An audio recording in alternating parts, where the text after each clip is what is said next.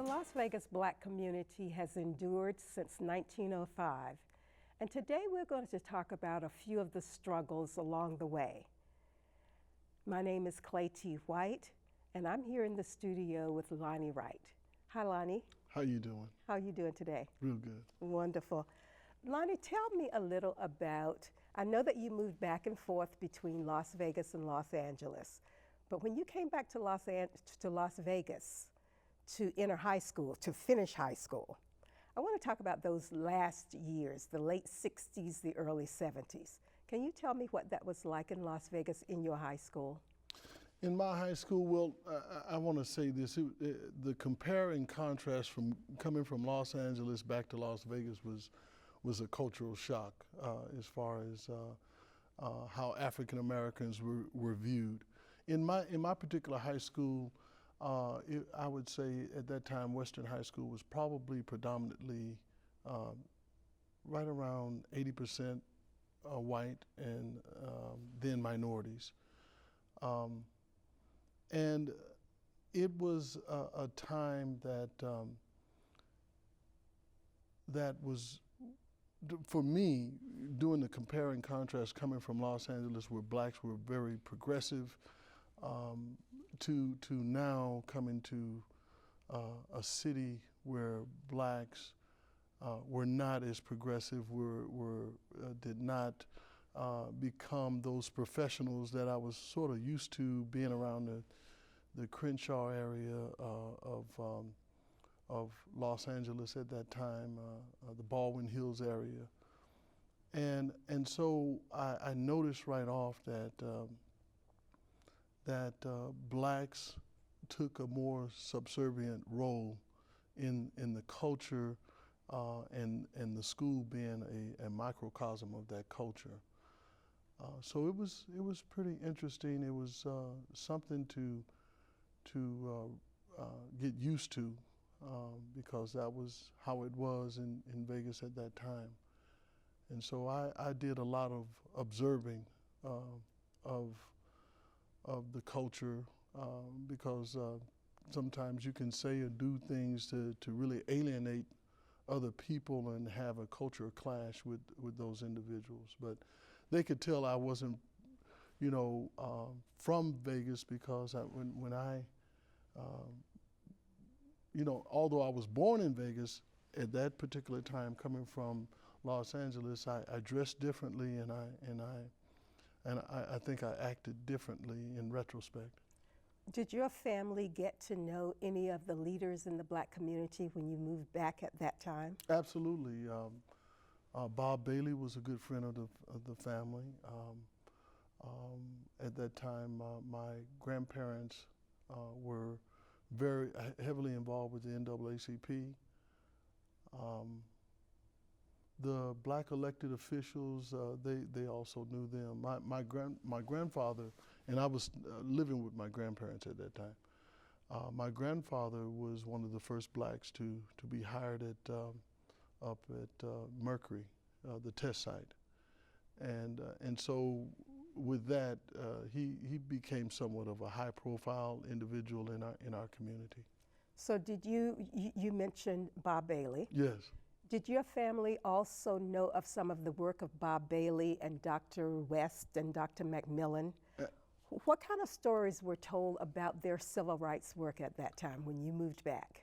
Well, what was told and what I observed was that they were very progressive, intelligent men that had a backbone for the community. They navigated in a Jim Crow atmosphere in such a way that they were able to ingratiate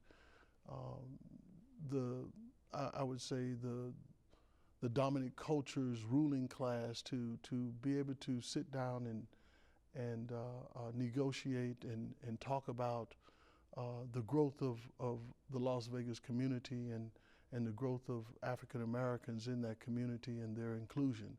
I think that for those days and times they did a tremendous job. Do you remember, and these people are not quite as well known and should be, Do you remember Donald Clark? Yes, Dr. Donald Clark? Yes. Yes, And yes. as well as Jim Anderson. Tell me a little about the two of those men, and maybe Mr. Keller, Charles Keller. I knew Charles Keller because his son went to high school with me. Okay. I think he later on became a lawyer like his dad.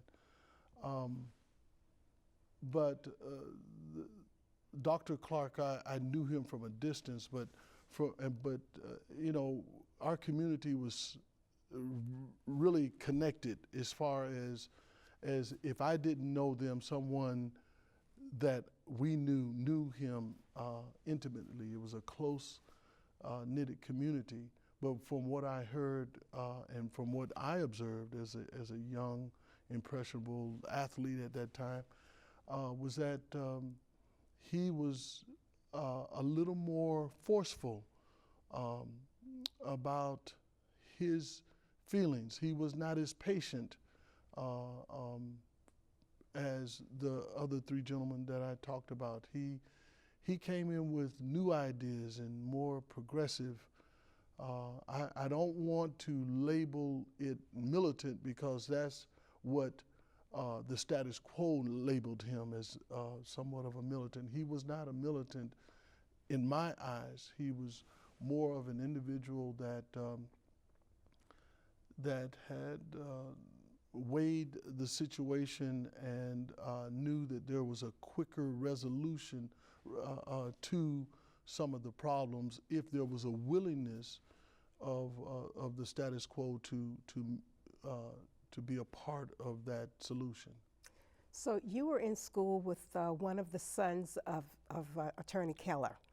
Tell me what school was like. I know what I'm getting at is, I think in 1969 there was a riot in the school. Mm-hmm. What caused that? Well, let me say that I just read a book by Dr. Now I can't think of her name right now, but I was reading segments of that book, and it talked about desegregation and how although there was desegregation, there was actually segregation inside of desegregation. In other words, the black students would be here, the white students would be there.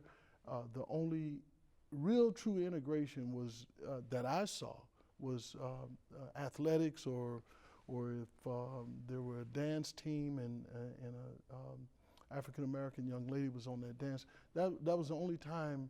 Other than that, it was totally segregated. Where we sat, where we ate, in this effort of desegregation. It was, and even with some of the classrooms, because of the cultural clash that happened with the busing of students, there were already ideas in the heads of the whites and the blacks taught to them by their parents. One group may have had somewhat of a superiority complex, and the other may have had somewhat of an inferiority complex, and they kind of played out those roles. Me coming from Los Angeles and understanding the black movement and being a part of it and being proud of that, I kind of sat back and I could see what was going on. At times I would talk about that with some of the athletes, white and black, and they understood where I was coming from. But it was remnants of Jim Crowism as far as I'm concerned. It was very different from Los Angeles. So what led to the riot in the high school? I think that the city of Las Vegas was, the culture in Las Vegas was just a catalyst to different segments of Las Vegas. And in other words, there was so much segregation, so much Jim Crowism in this town. Although we had legislated the the rights of black people, but again, the hearts of people you cannot legislate those hearts. And so although the law said one thing, people brought their own biases and their own prejudices into work environments, into the school environment. A lot of black students, because they were quiet or insecure, were automatically put into special ed.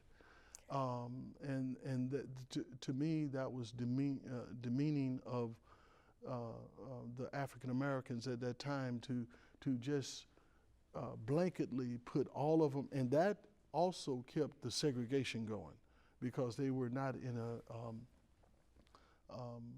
a large segment was not integrated in what I would call a normal classroom. Okay, so some of that unrest that we saw in the high schools spilled over into the community. Do you remember that spillover and what happened in the community on the west side? Oh, well, when we had the riots in the schools, whether it was Rancho or Western and Clark, and I think Clark had probably one of the worst with Molotov cocktails and all of that stuff. Mm-hmm. But we would get bused from those schools back into the community where blacks from, there would be a compare and contrast with the blacks that was in a riot at Western, and because we all lived in the same neighborhood. So it did have an impact on the feelings of our parents that we were treated wrongly. Some buses of students that were coming back to the west side were maced for no unapparent reason except for to reinforce that, you know, you don't speak out or talk out or do anything of that nature. So do you remember when there was an actual riot in the community? Absolutely. Describe that evening to me.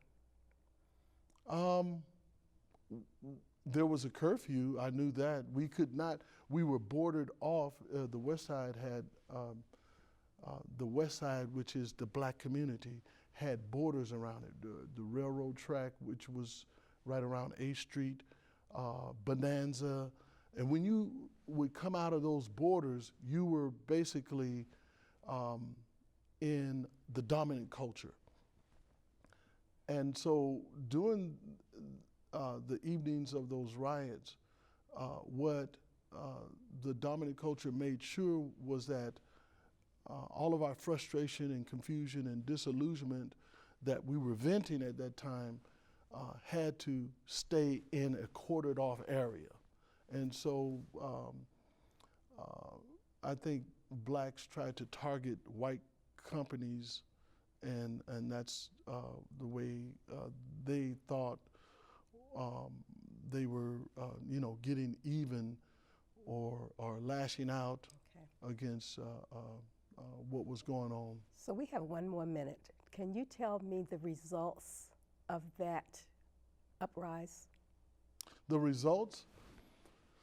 Well, there was some good things that came out of that because I think that some of the people in the dominant culture felt that, I think that they didn't know that it was that bad for the black community. So it started dialogue. And anytime you can have dialogue and the willingness to listen to someone else's opinion, even though it may be something that you may take personally, it's a good thing. So I think that as far as business was concerned, I think blacks were hired more, got more opportunities to work besides dealers, and they were able to work as dealers to be able to get that disposable income that really could make a difference in your life. And so there were positions that were opened up because of that, the inclusion of blacks into higher positions in our industry which I think was a good thing economically for black people in Las Vegas. Thank you, Lonnie. And now we'll be right back with part 2 of today's segment. Welcome back. This portion of our show is dedicated to Las Vegas entertainment and blacks in the entertainment field. So I have with me Mr. Walter Mason. Mr. Mason was the production manager for Sammy Davis Jr., among many other things that he did here in the city. LaVerne Ligon was a dancer at the original MGM, which is now Bally's, as well as the Sahara Hotel. B.J. Thomas, a stagehand, and we don't usually get to look at the back of the stage. And Mr. Leonard Polk, a stagehand. Thank you so very much for being here. You're welcome. Mr. Mason, let's start with you. Okay. After I said the name Sammy Davis Jr., everybody wants to know what that was like. Sammy was a man who was mainly, to me, misunderstood, because when he stepped on that stage, he was always giving 110% of himself as a very talented man. Off the stage, I saw a man very concerned with being a black man and the uplifting of the situation that he found most blacks all over the country in. Therefore, his participation in organizations like the NAACP and other causes that he gave a great deal of money to, more than any other entertainer in the country. He was very persuasive in that way, but never outlandishly received any credit for doing that. And he didn't want credit. He just wanted to do it and was involved in many entertainers' lives and their struggle to get up the road to the successes that they made. Did he ever talk to you about the early days performing in Las Vegas, what that was like, not being able to live in the hotels that he performed in? He never talked of that to me particularly, but you could surmise by knowing the history of the show business and his father and his uncle. You knew where he came from, you know what drove him to be the kind of a person that he was. He would, and he knew everybody in the business, knew all of the movies, as well as the first string actors and actresses, as well as the character actors and many others, and knew every movie that was ever made. But that's where he really got his perception of what he wanted to be and wanted to do. Okay. What years did you work for him or with him? Worked with him from 1968 to about 1978. Wonderful. So LaVerne, let's talk to you just for a few minutes. What was it like? And tell me not just what it was like to work at the original MGM Hotel, but the time period that you came, the hotel wasn't even complete. So I'd like to know what it was like to come to work every day to a place that wasn't even ready for the public. Well, when I arrived to Las Vegas and I was to be on call for the first rehearsal, I didn't even make it inside the building because I had a 10-month-old son, and I had just moved into an apartment complex which had arranged a babysitter for me.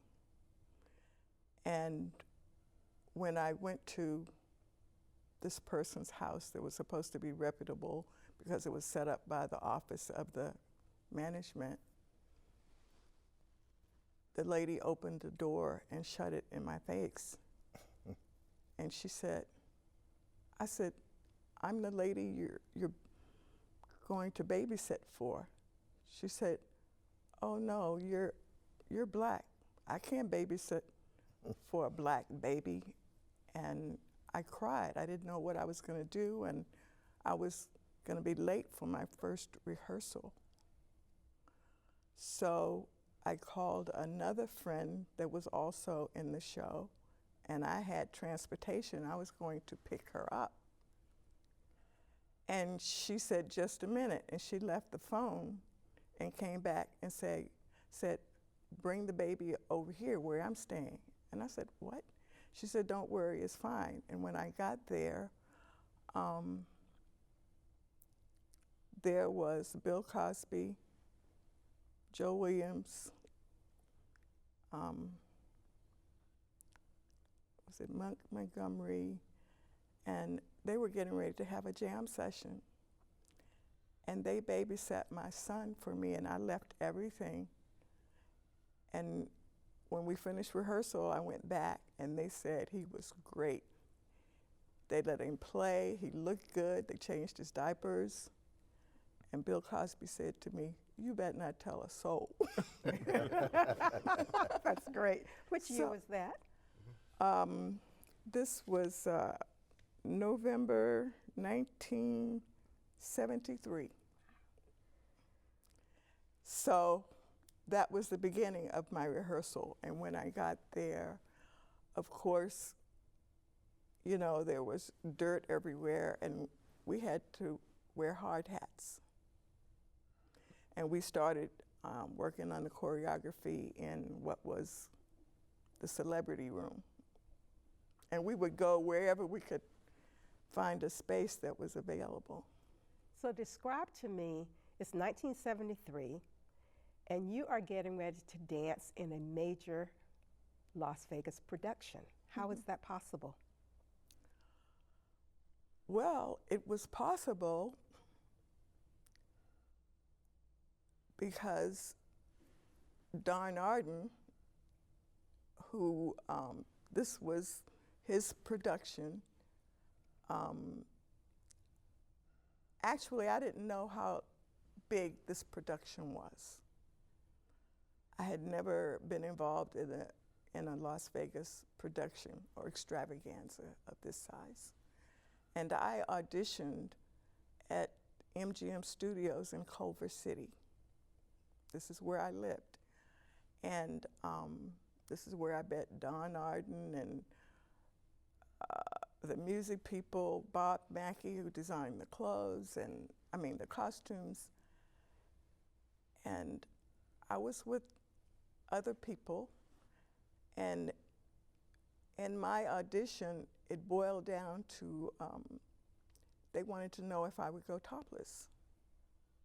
Well, I didn't want to go topless, and Don Arden was rather upset with me. And I said, in the end, thank you, no thank you. And I left. And he said I was living in the dark ages. And I said, well, whatever. And I think it was 3 weeks later, I received a call from Don Arden, and he said he had changed his mind, that I didn't have to go topless. And he wanted a black line of girls. And that's what he got. And none of us had to go topless, and I became the first black dance captain in Las Vegas. Thank you. So the two of you, I'd like for you to just talk with each other about being a stagehand at that time in our history. So we're talking about, did you come here in the early 70s as well? Well, we I became a stagehand more or less in the early 70s. Okay. But I arrived in Las Vegas in the late 60s. Okay. 68 is when I came to Las Vegas. Okay. And I think as a stagehand, we was kind of recruited to as stagehands because of the consent decree that we was going to become stagehand.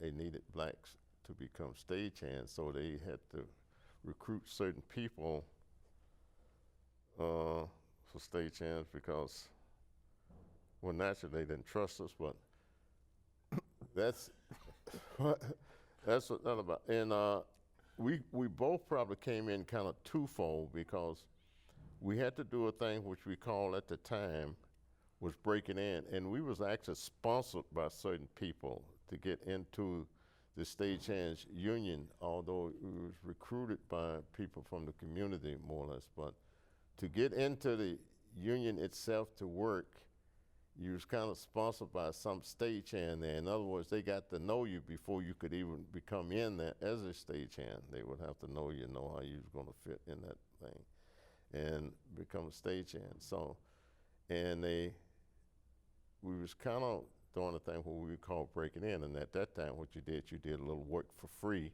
And and then they pulled us out and we had to go to class, went to UNLV for the class to become stagehands.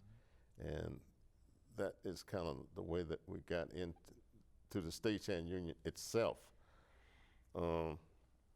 Because like I was working in this business for a few years, and I didn't even know what it was, I was just working. Yeah, but that's what happened. And I came to, when I went to MGM, like, and it's, I'd been working in the business for a little while because I'd been at Caesar's Palace, the Flamingo. And then as Leonard had explained, we do the extra work, the bounce work. You go out and if they needed somebody to do something, they give you a call and you go out and do it. And so this is what we've been doing. And I think, I don't know, I think Leonard himself, he might have been working as a stagehand per se before me, because I came out of the booth. I was like a projectionist, and you could work as a projectionist behind the scene because then nobody see you. See, nobody could see you, so you could work as that, And, so I could do that, and I had a couple of calls doing something like that, though because it was it was part-time work for us anyway at that time. And if they needed you for certain things, you go and do. And I think the next thing that I really did, it was an ice show. Mm-hmm. And that was really kind of like back-breaking work, and got called to do that, But that's kind of the way that I got started here in Las Vegas as a stagehand, because like I said, I just kind of looked off into that because I had a guy that knew me and knew what the community was doing at the time, like the NAACP, as far as making sure that the hotels, the unions abide by the consent decree, and the consent decree was make sure that we got integrated and got a chance to get into it. And so then they came out and started looking around and recruiting people to do it, because I think they went to people like the Macmillans, the Joe Neals, and those type of people, and asked them, so well, we got to have somebody at this time, so who do you recommend, and this kind of stuff, So my situation a little different. I was a student out at UNLV, which is where I met my gang, and I heard about this opportunity that they had, and they were going to pay you $126 a week to go to this class. And I thought, beer money, so so I went and checked it out, and they asked me some questions. And before that, I had been at you used to have a work permit. I don't know if you still have to have one of those to work on the strip in the hotels and casinos.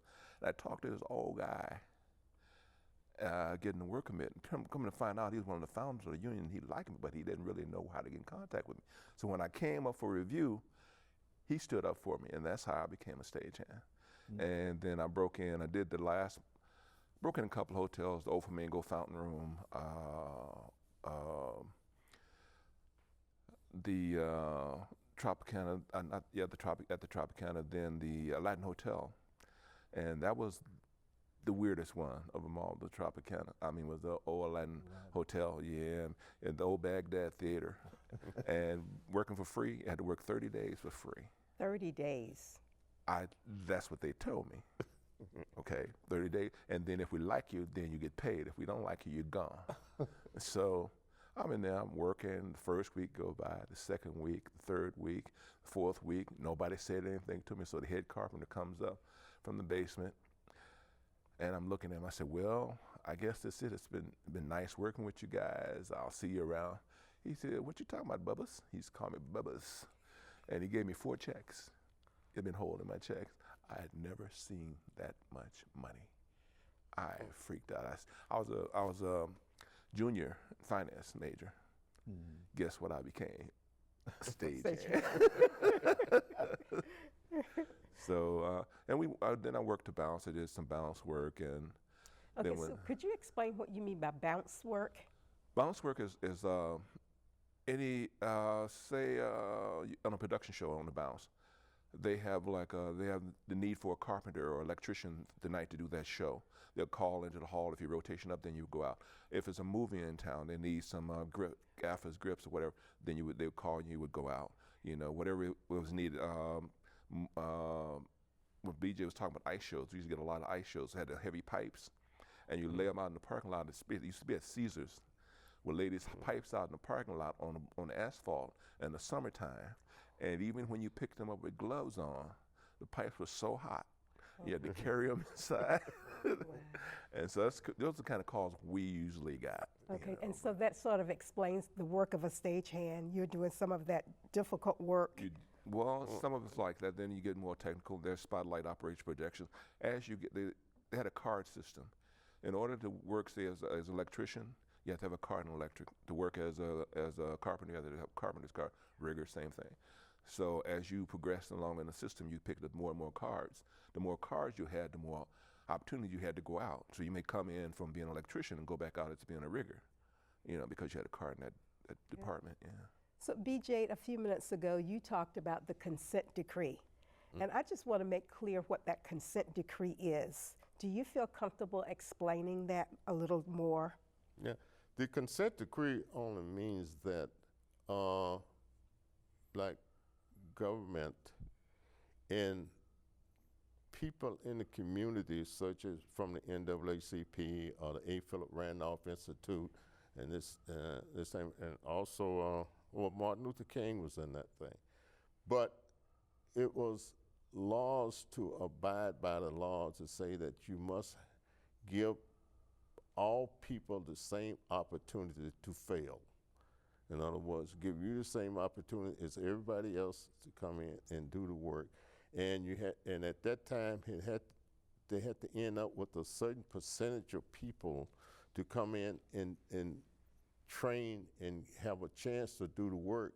And that's what the consent decree was about, is an opportunity or a chance to be able to do that work. Because probably if that had never came along, I would never met a person like Mr. Mason or LaVerne and these type of people, because I would not have had that opportunity to get into this business. And that's all I mean, is make sure that you have, and the consent was a thing that the agreement between management and labor and the community, and the black community, leaders in the community to say. Yes, thank you. And here locally, that percentage you were talking about was 12%, and it was between the court system, the federal court system, and about 18 hotels, and a lot of the unions And here the in unions, all unions. that they had to abide by that. Abide by that. And you also became really active in the stagehand union. Yes. How did you get involved? Well, when I first came to town, really, I've always been kind of active in community activities and union and labor leader activities, because I came in from San Francisco, and I kind of got into it at that time because I think a lot of people have probably heard about a young man at that time by the name of Willie Brown. Is through an organization that Willie Brown was in, because at that time he was like going to school, taking a bar to become an attorney, then he became an attorney. But he was also activist in the community, especially with the black community as an activist. And this is, and I got involved in that. And had some exposure in, and when I came to Las Vegas, I brought that mentality with me. And as soon as I got into Las Vegas, I found the community actors thing here. And at that time, we had an organization called a Neighborhood Council, which actually included all of the community activists, like Ruby Dawkins, the Joe Neals, and the Hogarths at that time was the leaders of it. And I got introduced and got involved in that right away. And what I guess what got their attention to me at the time, because I was familiar with the thing called transportation, in which the government at that time was mandated to assist or give you an opportunity to use their transportation if you needed it, because you come from that disenfranchised cultural, and that's what kind of got me involved in it. And so in the union itself, after I got involved into the union itself, I always wanted to see, get into the administrative of it. Why, what is this about? What make it happen, and this type of thing? And what can and at that time, I got to the point, well, what can I do to help this thing to grow, to make sure that everybody have those same opportunities? Mm-hmm. And that was my main thing, to make sure everybody have the same opportunity in this. And that's where I really got involved into the union. And I put a lot of free time into that.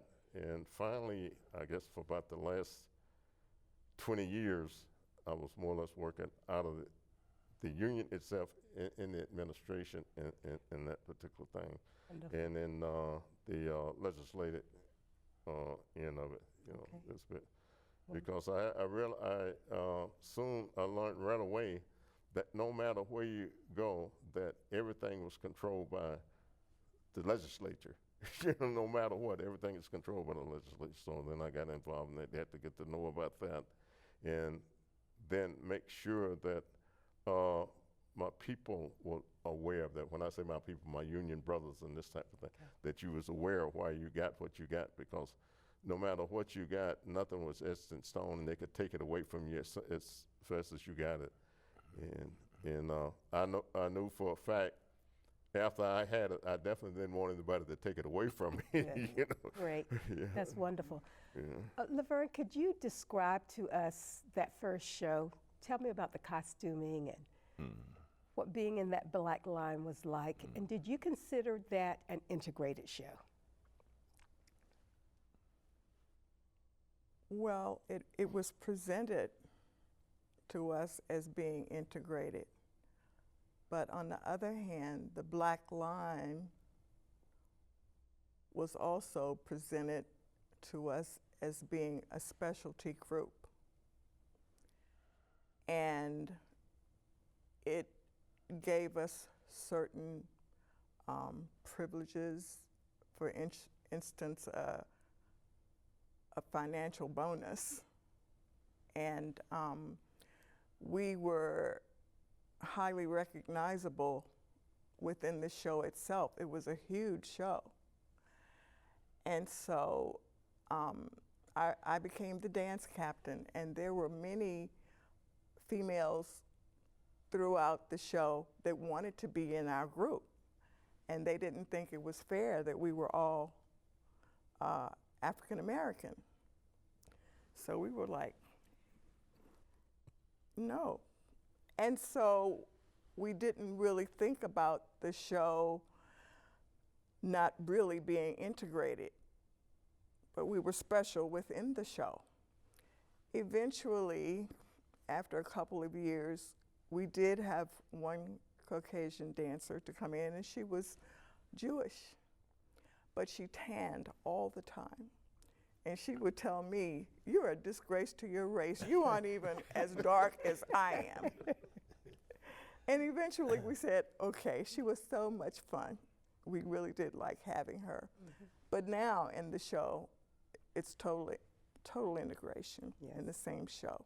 So when you left that show and went to dance in other shows here in the city, did we see the same way of doing it? Well, when Hallelujah Hollywood closed and Jubilee opened, we were Bally's Hotel Casino by then. The same thing. We had the Black Line doing certain sections again. You know, remember the pirate number and The Black Line got all the hot numbers. we did. We had a Gershwin number that was like you wouldn't believe. Everybody wanted to do that number, So what- and we just felt we were hot. Okay. So Leonard, what were those costumes like? Mind-boggling. I mean, they had this one cat outfit. It was a lion. In the beginning of the show, we would mount a lion on a revolving turntable in the middle of a disc of a stairway that flew in from the sky. And it would turn around, and then we mount the girls. And they had these cat costumes, these long tails, like orange gold, kind of an orange gold, and black, with a little black bow on the tail, and these big high boots.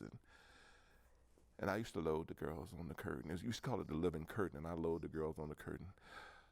Take a deep breath, go back down, and then watch the number over the rail. It was such a hot, the lion would turn around, roar three times, Leo, roar, roar, roar, and then they would start going to, but all the costumes were just, their costumes were more amazing than any costumes in the show.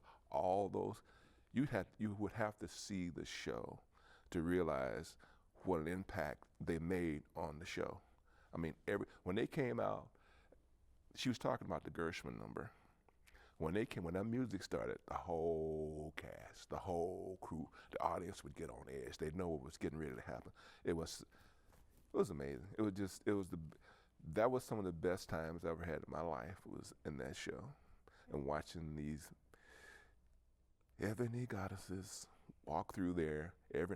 They had to come 32 feet in the air to get on Living Curtain.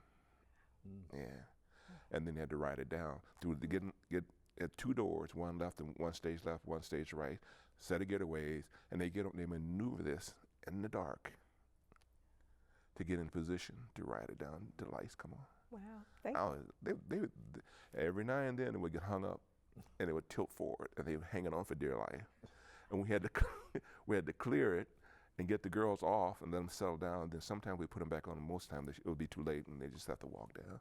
Okay. Yeah. Well, thank you for that description. That was beautiful. It was. Mr. Mason, other than working for Sammy Davis Jr., you also worked for the Hilton Hotel. Yes. What was that position? Well, it was first called the entertainment director, later director of entertainment services.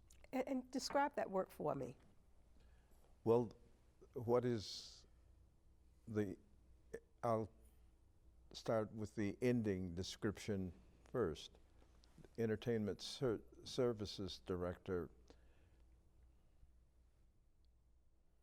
did the sales of the shows that we would have come in, as well as service all of the shows on the Strip and document them, keep the statistical records of how many seats they sold and the artists that they would have engaged. So you'd have a pretty good barometer of the entertainment of the city of Las Vegas, that each hotel would report that information to me, and I would catalog it and diagnose it and do a printout of all of the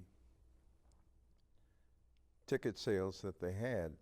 And this continues today. One of the biggest segments of control of the revenues that come in from entertainment are handled that way through the ticket sales as well as the sales of services akin to entertainment, like tours and things of that nature.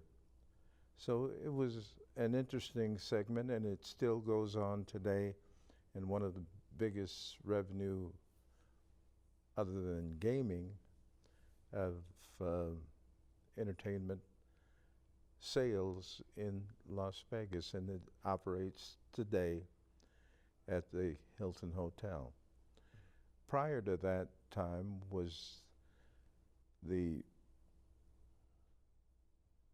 hiring of entertainers and such as, and this is where an integrated acts such as the Four Tops, the Temptations, and naturally always a segment of that would be devoted to people like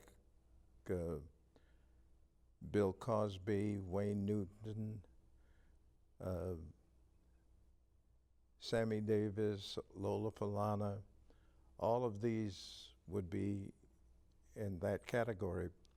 But one very interesting aspect of my first infusion in the entertainment business was the imbalance of black and white employees of the entire hotel. So I've analyzed that and found that the bookkeepers and the accountants didn't know the chambermaids or the housemen because they really looked down on them because their work was totally unrelated to each of them. So I was given the challenge to put together a Christmas show of all of the employees at the Hilton Hotel. The maids, the housemen, the accountants, the bookkeepers,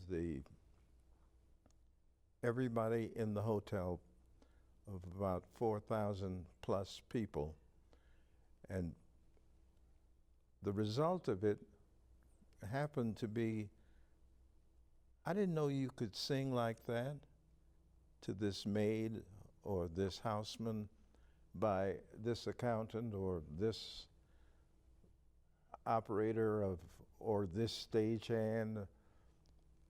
And there was a relationship that was developed over that, working together and seeing the other aspects of one another, that made a whole lot of sense to a whole lot of people, and because they became interested in the knowledge that he is human, he's a human being, he can do something other than make a bed or as a houseman. And this, I think, was a very formidable action on the part of the administration of the hotel, and I was glad to be a part of that. How did you get your training, LaVerne, to become a dancer? I started training at the age of 9.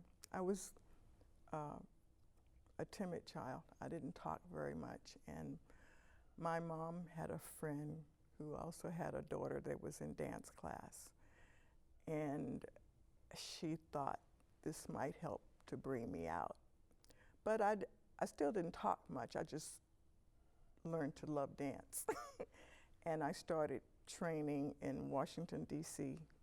at the Jones Haywood School of Ballet, and which was a very good school. They were African-American directors, but the school itself was integrated because my teachers were held high in regard to their craft. And everyone was there. And basically, this was my introduction to integration because by this time, by the time I was 11 or 12, we had moved to Maryland, the outskirts, and I started school there, and it was a segregated school. So when I finished school, I would go to the bus line and go over into DC and go to dance class, where I was highly involved in this integration unit. And that was my concentration at that time. That's all I cared about was dance. I was doing well in school. And then I was also trained by Arthur Mitchell, who at that time was with the New York City Ballet as a lead dancer.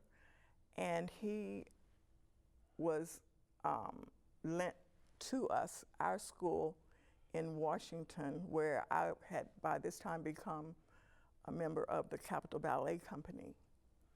And I loved Arthur so much and was really in awe of him. And during the summers, I would go to New York and study with the School of American Ballet, which is New York City Ballet's school.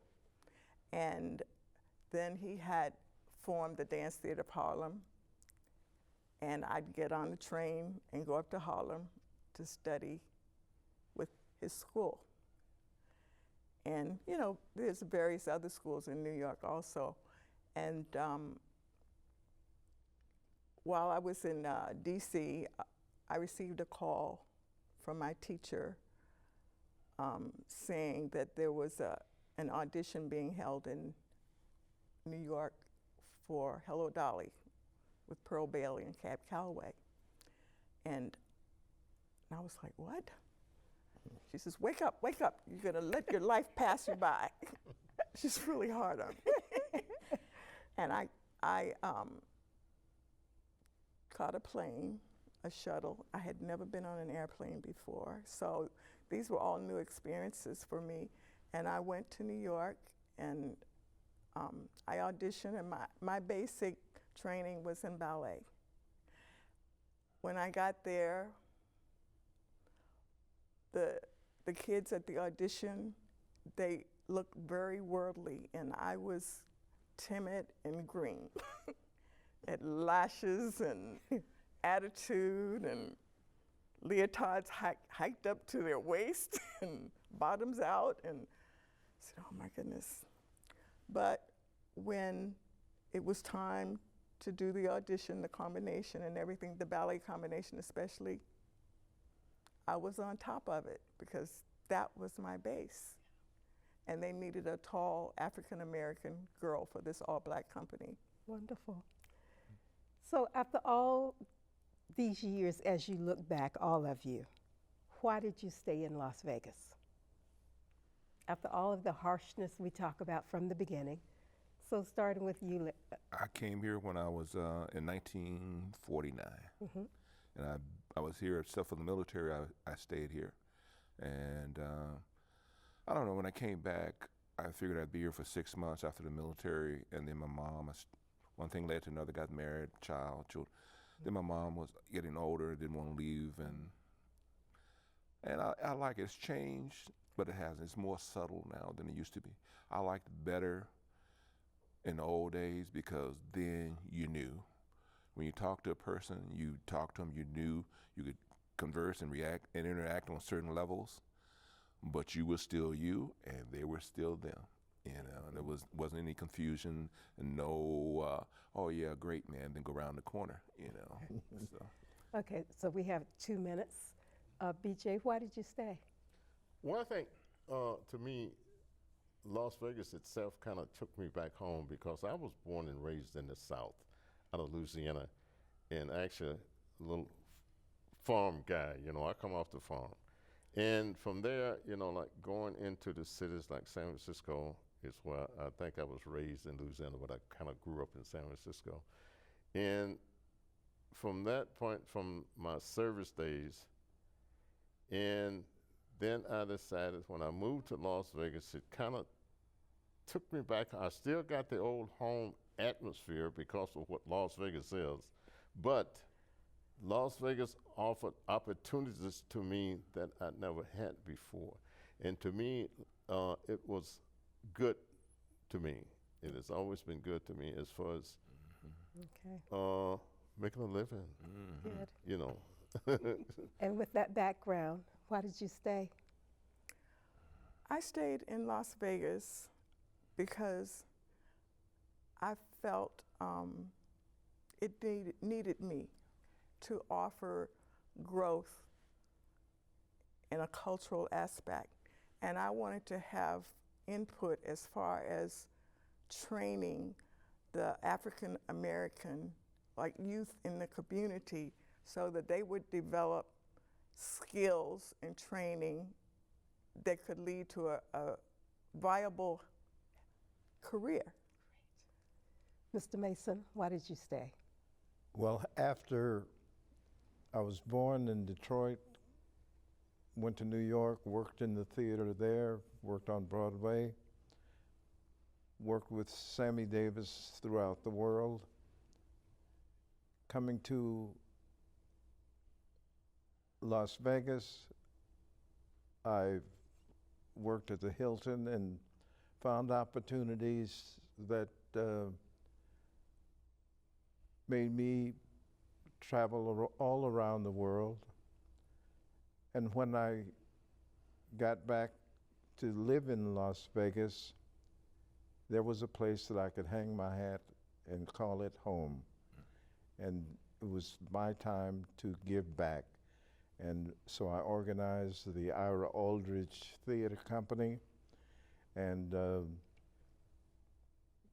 using it as a tool to educate, help other young people who have a desire in the theater to use what I have learned. And that's my contribution. So I'd like to thank each of you for those wonderful memories. So that ends our program for today. Our topic has been entertainment in Las Vegas and the civil rights movement. Thank you so very, very much for listening. Bye-bye.